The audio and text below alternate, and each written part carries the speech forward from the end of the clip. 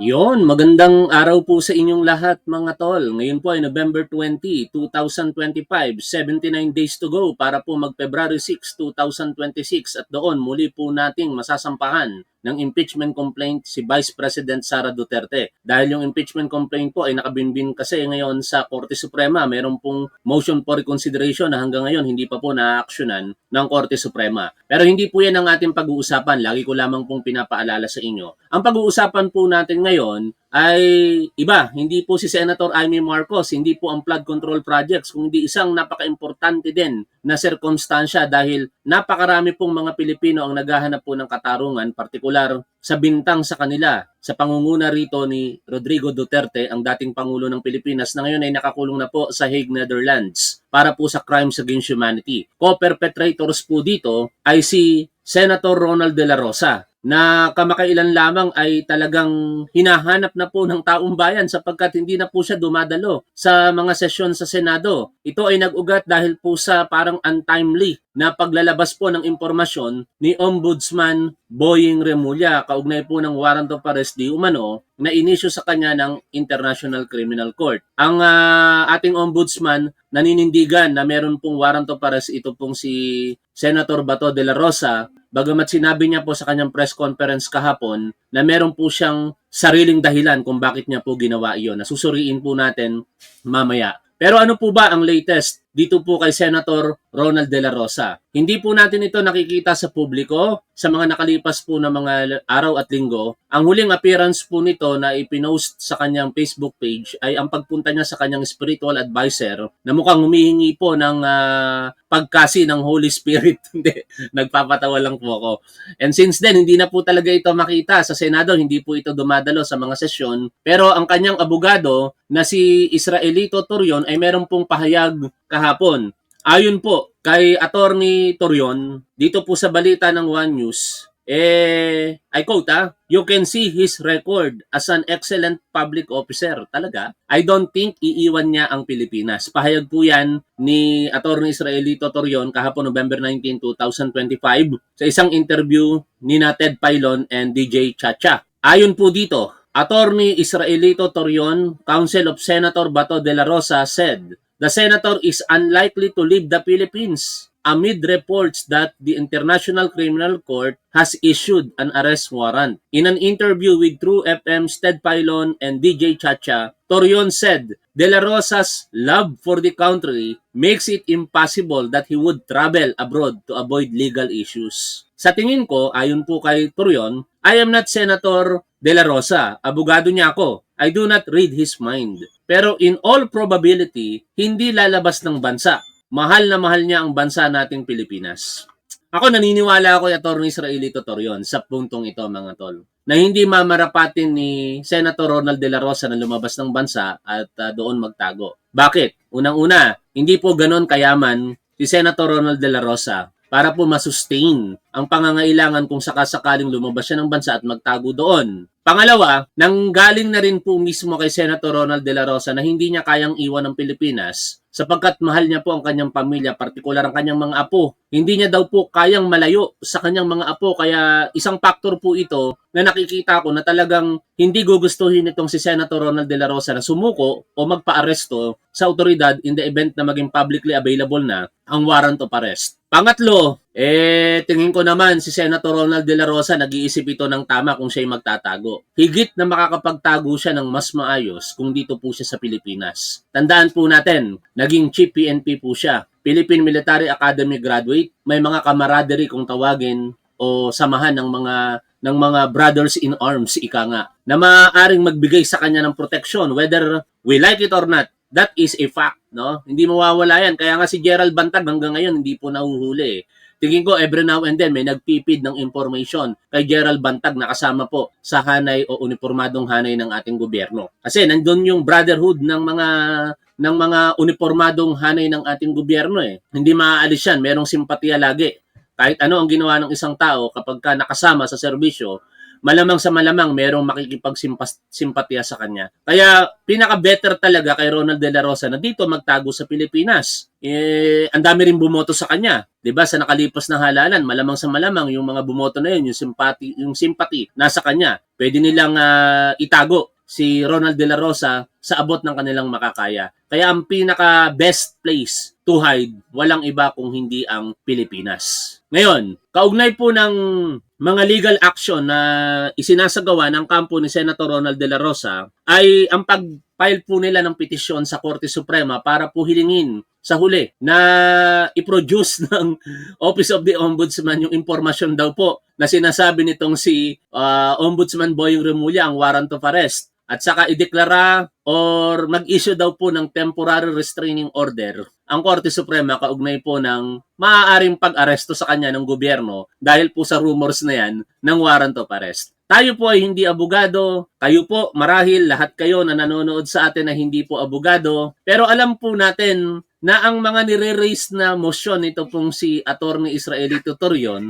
ay hindi po actionable sapagkat ang korte po ay a-action lamang sa katotohanan, hindi po sa mga rumors, hindi po sa mga haka-haka o palapalagay lamang. Ang korte ay a-action kapag may nangyari at ang nangyari na yan ay bawal sa batas o ang pagkaka-interpret doon sa implementation ng batas ay hindi po tama. Doon lamang po papasok ang Korte Suprema. Kaya ano po ang nangyari sa petisyon nitong si Israelito Torion na akala natin talagang magaling na abogado pero kahit hindi ka abogado, alam mong bound to doom, no? Bound to fail. Ika nga, ito pong kanyang petisyon. At ito na nga po yung naging balita nitong nakaraang araw, do ngayon lang natin nireaksyonan.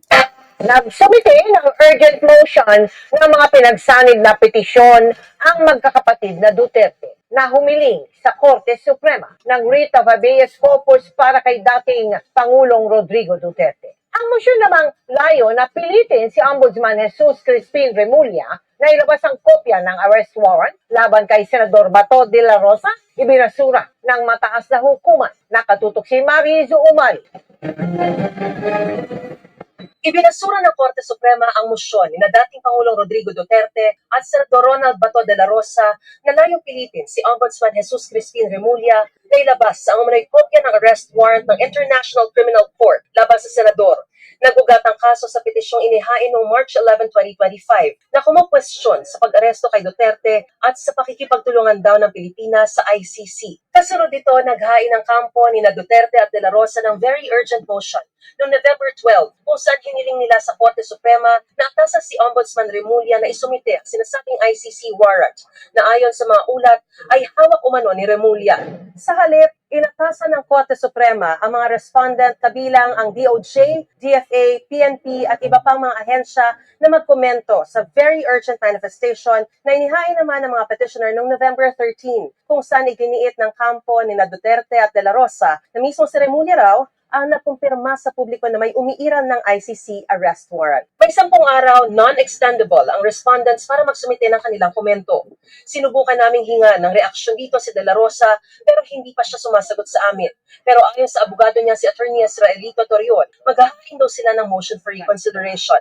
Aniya bilang isang abogado at opisyal ng korte, dapat niya ipaliwanag kung bakit mayroon siyang kopya ng umano'y warrant, kanino niya ito nakuha, at sa anong otoridad nagawang makakuha ng kanyang source ng kopya ng nasabing warrant. Ngayong araw din ay nagsumite naman ng urgent motion ng mga pinagsanib na petisyon ng magkakapatid na Davao City Acting Mayor Sebastian, Veronica at Representative Paulo Duterte na humihiling sa Korte Suprema ng writ of habeas corpus para kay dating Pangulong Rodrigo Roa Duterte. Ang writ of habeas corpus ay isang utos mula sa hukuman na nag-aata sa sino mang may hawak o nagpulong sa isang tao. Alam niyo, common sense naman. Kahit paboran kayo ng Korte Suprema diyan sa writ of habeas corpus na yan, anong kapangyarihan ng Korte Suprema para utusan ng International Criminal Court na i-produce yung body? The essence kasi ng writ of habeas corpus is to produce the body of a person illegally detained or arrested. Yun po yun. Nakalagay po yan sa ating Bill of Rights, 1987 Constitution. No? Sa Article 2, Section 15 po nito, yung karapatan po ng tao na humingi ng saklolo sa korte kung siya ay sa tingin niya illegal na inaresto, illegal na ikinulong, di ba?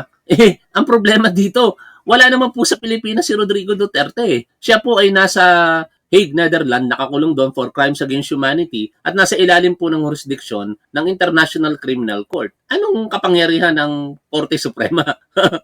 Kaya itong mga ganitong petisyon, sa totoo lang, hindi natin mawari kung ito ba talaga'y pag-iisip ng tama ng mga abogado na nagpapayo dito sa magkakapatid na Duterte. Dahil alam naman natin na yan po ay ibabasura lang kinalaunan. O ipagpalagay natin hindi ibasura kasihan ng Korte Suprema, anong mangyayari? May pababalik ba dito sa Pilipinas si Rodrigo Duterte? Hindi pa rin. Dalawa lamang ang pwedeng mangyari para makabalik ng Pilipinas si Rodrigo Duterte. Either matapos ang kanyang kinakaharap na crimes against humanity, ma-acquit siya dyan, or kapag siya po ay patay na at kailangan ng ibalik dito sa Pilipinas. O na iharap ang nasabing individual sa korte at ipaliwanag kung bakit ito nakadetain. Kasama sa hiling nila, atasan ng Korte Suprema ang mga respondent na gawin ang mga kinakailangang hakbang para maibalik sa Pilipinas si dating Pangulong Rodrigo Duterte. Panagutin ang mga opisyal ng umano'y sangkot sa anilang iligal na pagdukot at pagsuko niya sa ICC at pigilan ang umano'y posibleng pag-ulit nito sa karapatang pantao, kabilang ang banta umano kay Senador Ronald Bato de la Rosa. Para sa Ayun ang pinakapunto ngayon dyan. Kaya nila ginagawa yan para protektahan si Ronald de la Rosa na hindi maaresto ng ating gobyerno. Pero tandaan po natin, kung ginawa ng ating gobyerno na maaresto si Rodrigo Duterte, ayun ay dahil sa bisa ng Republic Act 9851. May batas na pinangahawakan ng gobyerno kaya inaresto si Rodrigo Duterte. At ganun dito kay Senator Ronald de la Rosa. Same law, i-apply po iyan. No? Ngayon, sa mga nagko-question, tingin ko di kayo magtatagumpay sapagkat ang sinasabi kasi nila, hindi daw dapat arestuhin si Rodrigo Duterte, nor ngayon si Ronald de la Rosa dahil hindi daw applicable ang umiiral na batas sa kasalukuyan para sa kanila. Pero mukhang mali po yung kanilang paniniwala sapagkat ang presumption ng regularidad sa pagtupad ng batas ng ating mga otoridad ay nasa huli, nasa otoridad. At kung questionin nila yan, syempre dadalhin nila sa Korte Suprema. Pero maliwanag naman na may umiiral na batas. Kaya bagamat sa ngayon wala pang desisyon ng Korte Suprema tungkol dyan, malakas ang paniniwala ng napakaraming mga legal luminaries na papanig ang Korte Suprema sa ating gobyerno kaugnay ng pag-aresto kay Rodrigo Duterte at eventually dito kay Ronald de la Rosa. Ngayon, puntahan po natin ang bahagi ng press conference nito pong si Ombudsman Boyeng Remulla na nagbigay sa atin ng maaaring intriga sa ating isipan. Kasi sinabi dito ni Ombudsman Remulla na meron siyang sariling kadahilanan kung bakit niya isinapubliko ang impormasyon na merong warrant of arrest itong si Ronald de la Rosa. Pakinggan po natin ito mga tol. Decision yesterday na dinenay yung motion ko ni Senator Bato de la Rosa na ilabas niya raw yung warrant of arrest. Hindi naman talaga actionable yun. Sir, malapit na ba magkakagalaw na ba sir yung kay Senator Bato de la Rosa? Abangan. Abangan. Be patient. Everything is a process. So, pero paano proseso po ba yung mangyayari doon? From what you, dun sa pag-i-implement? Pero ano yan, transmita lang naman yan ang warrant with a concomitant request na kasama to arrest. It can be through a PCTC, it can be an email to the DOJ, it can be an email to the DFA. That's those we were choosing. Pero nagkataon lang, nakita ko yung copy ng warrant. Kaya alam ko. Nakalagay nga to secret eh. This is a secret pero parang resolution eh. Kasi ayaw talaga nila ma-alarm. Pero I have my own reasons eh. Kaya sabi ko nga sa inyo, ay scoop yun eh. Diba? I've been doing radio for 20 years. Sir, sorry, balik lang. I have my own reason. Yan po ang partikular na mga salita ni Ombudsman Boyeng Remulla. Ano kaya yung reason na yon? Siyempre, makapag-speculate lang tayo kasi di niya naman sinabi. Although nag-hint siya na meron siyang mga radio programs for more than 20 years na at scoop, partly pag-uusapan. Pero alam naman natin na ang layunin ng mga media practitioner, though hindi naman siya officially media practitioner, though meron siyang radio programs, ay para merong pag-usapan at kumita ang kung sino man na mga involved dyan, particular mga radio station or television o kung sino man. Pero in this case, mas malalim yung nakikita ko na dahilan. Ang spekulasyon ko rito mga tol, this is my opinion lamang. Parang hati yata ang posisyon dito ng ating gobyerno. Kung matatandaan po ninyo, nung sinabi ni Secretary ngayon Ombudsman Boyeng Remulla ang mga katagang merong warrant of arrest si Ronald De La Rosa. Nag-react dito ang dating Executive Secretary na si Lucas Bersamin. Ang sabi niya, mukhang hindi na applicable yung nangyari kay Rodrigo Duterte para kay Ronald De La Rosa. Something like that, ano. In short, parang hindi na actionable ng ating gobyerno yung implementation ng warrant of arrest dito kay Ronald De La Rosa. Sa aking opinion na nakikita, parang baka may mga taong gobyerno tayo ngayon na hindi naman maikakaila na maaaring sumasimpatiya sa kampo ni Senator Ronald De La Rosa. Na in the event na merong warrant of arrest ay hindi aaksyonan ang implementasyon po nito. Kaya sa espekulasyon ko, baka inilahad ito ni Ombudsman Boying Remulla para pag-usapan ng publiko at magkaroon ng public clamor na pursigihin at i-pressure ang gobyerno para ipatupad ang warrant of arrest laban kay Ronald De La Rosa. Kasi kung mananatili ito sa circle ng mga sumusuporta o nakikisimpatiya kay Ronald De La Rosa, hindi talaga maipapatupad ito. Unlike ngayon na napag-uusapan. At kung sakaling lumabas publicly, walang magagawa ang ating gobyerno dahil meron na pong public pressure para ipatupad po ito. Although, hindi ko pinangungunahan ng desisyon dito ng ating Pangulong Bongbong Marcos, pero alam naman natin na si Pangulong Bongbong Marcos naka-defend rin yan sa aksyon ng ating otoridad. Although sa huli siya ang masusunod. Pero syempre, lalo ngayon may mga political crisis na pinagdadaanan ng ating gobyerno at babalansihin talaga ng ating Pangulo ang mga bagay-bagay. Sa mga pangyayari ngayon na publicly available ang information na di umano'y may warrant of arrest itong si Ronald De La Rosa, kapag existing talaga yan, pressure ang gobyerno at ipapatupad ito, whether gustuhin man o hindi ng mga sumasimpatiya dito kay Senator Ronald De La Rosa. Ang negatibong aspeto lamang ng untimely na paglalabas ng impormasyon na ito nitong si Ombudsman Boying Remulla ay ang nangyayari na ngayon. No, nawala na po yung elements of surprise eh. Unlike sa panahon ni Rodrigo Duterte noong Marso, kung matatandaan po ninyo, ni-request po ng prosecutor to issue ng warrant of arrest ng ICC kay Rodrigo Duterte noong February 10, 2025. And for almost a month, March 7, 2025, naglabas ng warrant of arrest ang ICC classified as confidential or secret. Meaning, may mga impormasyon na sinasabing may warrant of arrest na itong si Rodrigo Duterte pero walang makakumpirma kasi hindi kinukumpirma ng ICC nor the government. In fact, sa mga pagtatanong na isinagawa ng media at ng ilang mga personalidad sa ating gobyerno, ang sinasabi lamang, tinitingnan nila yung impormasyon pero walang denial, walang confirmation. Nagulat na lang ang lahat dahil noong March 12, sana tama yung pagkakaalala ko sa petsa, no, o March 11, inimplement sa pangunguna nito pong si noon ay director ng CIDG, Police General Nicolas Torre, ang warrant of arrest sa tulong po ng mahigit sa 500 kapulisan. No? At doon na nga po naganap ang kasaysayan na naaresto ang isang dating pangulo at inilipad papuntang Hague, Netherlands at ngayon ay nakakulong, umaharap sa kasong crimes against humanity. Salamat, Danang, March 11.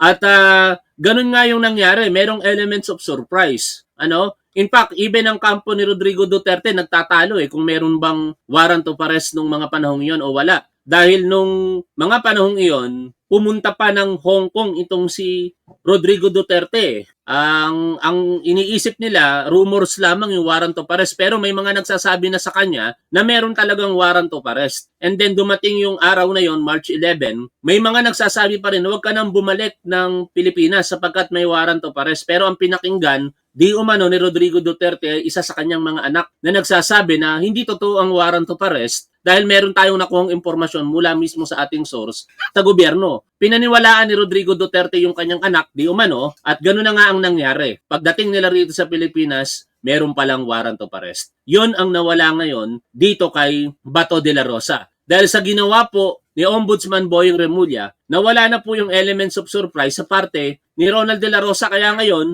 nagtatago na. Hindi na nila may kakaila ito mga tol, kahit sabihin nilang hindi nagtatago si Ronald De La Rosa. Ang assumption dito ng publiko, katulad po ng assumption natin, nagtatago na po siya, no? Kasi hindi ka dumadalo ng sesyon ng Senado. Ilang araw na simula nung nagbukas po ito nung November 11. November 20 na, maraming sesyon na ang lumipas at hindi ka dumadalo dyan. Ano ang ibig sabihin yan? ayaw mong magpakita sa Senado kasi publicly available ka doon. At kung may warrant of arrest, baka arestuhin ka, lalong-lalo na naninindigan ang maraming mga legal experts na hindi shield ang Senado para ikaw ay hindi maaresto, no? Pero hindi rin natin masisisi dito si Boyong Remulla, mga tol, na kesyo madaldal siya. Kasi sabi niya nga, he has his own reason. Baka yung reason na yan para ipursige sa ating kasalukuyang gobyerno na talagang i-implement ang warrant of arrest at hindi na itago kung meron man.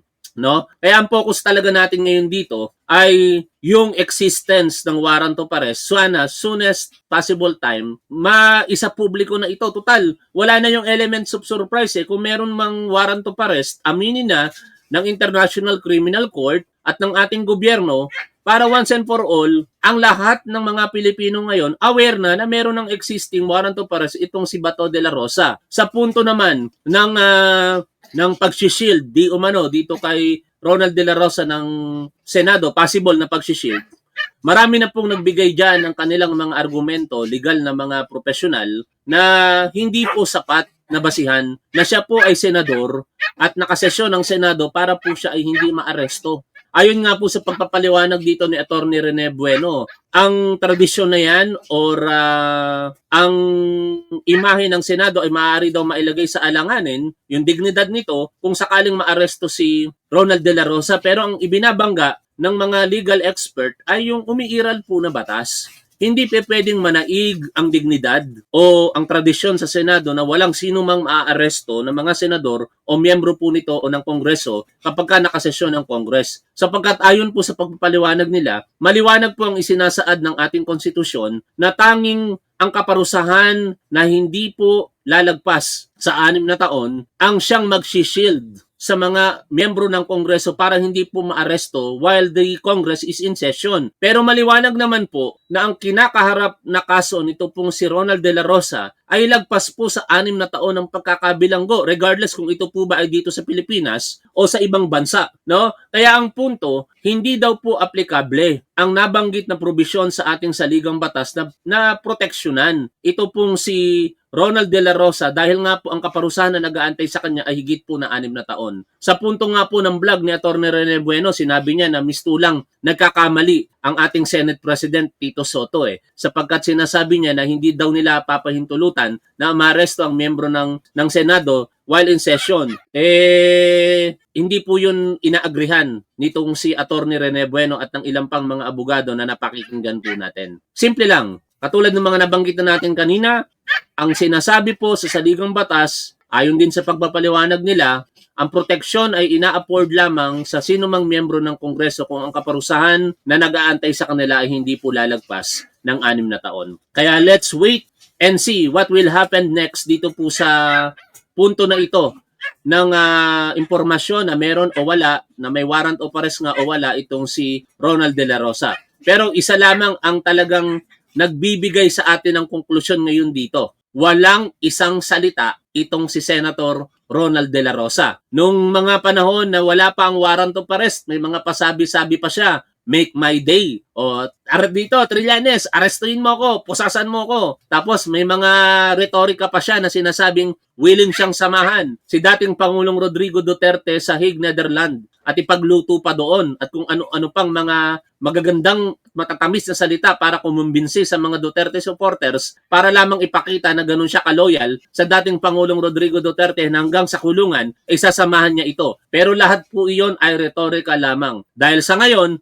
lahat ng kaparaanan ay ginagawa nila legally at possibly illegal sapagkat hindi na nga po siya nagpapakita sa Senado Ito ang nakalulungkot dito mga tol. Kapag ka ikaw ay taong gobyerno, tapos hindi ka pumapasok sa iyong trabaho, antimano, mabibigyan ka kaagad ng notice na maaari kang maawol, absent without leave. Ilang araw na po bang hindi nagpapakita sa kanyang trabaho si Senator Ronald de la Rosa? Wala rin po itong ibinibigay na opisyal na kadahilanan kung bakit po siya lumiliban sa mga sesyon ng Senado, no? Patuloy po siyang sasahod. Hindi naman po no work, no pay ang senador. Ang kanila pong sahod ay salary grade 31 kung hindi ako nagkakamali, more or less 300,000 pesos po yan. No, hindi yan babawasan kung ikaw ay absent ng isang araw. Full makukuha po nila yung monthly. tapos hindi siya nagtatrabaho bilang senador kasi absent siya sa Senado.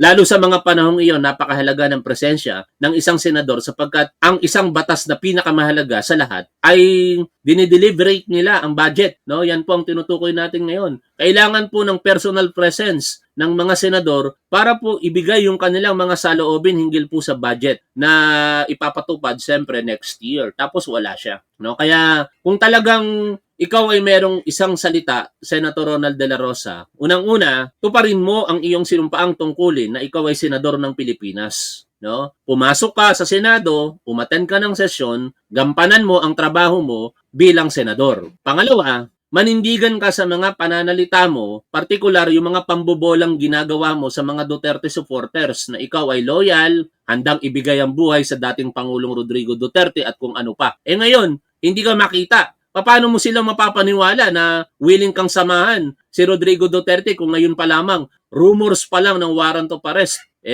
nagtatago ka na. Ngayon, kung mali kami sa pagsasabi na ikaw ay nagtatago, patunayan mo. Magpakita ka sa sesyon. Yun lang naman yung hiling ng maraming mga Pilipino ngayon bilang senador ka di ba? Although hindi ka binoto ng marami ding mga Pilipino, pero bilang isang senador, hindi ka na senador ng mga Duterte supporters lamang. Senador ka na ng Pilipinas at dapat gampanan mo ang pagiging senador sa pamamagitan ng pagpasok sa mga sesyon ng Senado. Hanggang dito na lamang muna mga tol. Shout out po sa 1,700 watching from Facebook and YouTube. Lagi po natin tandaan kung ano po ang tama at dapat, doon po tayo. Keep safe. See you always. Bye for now mga tol.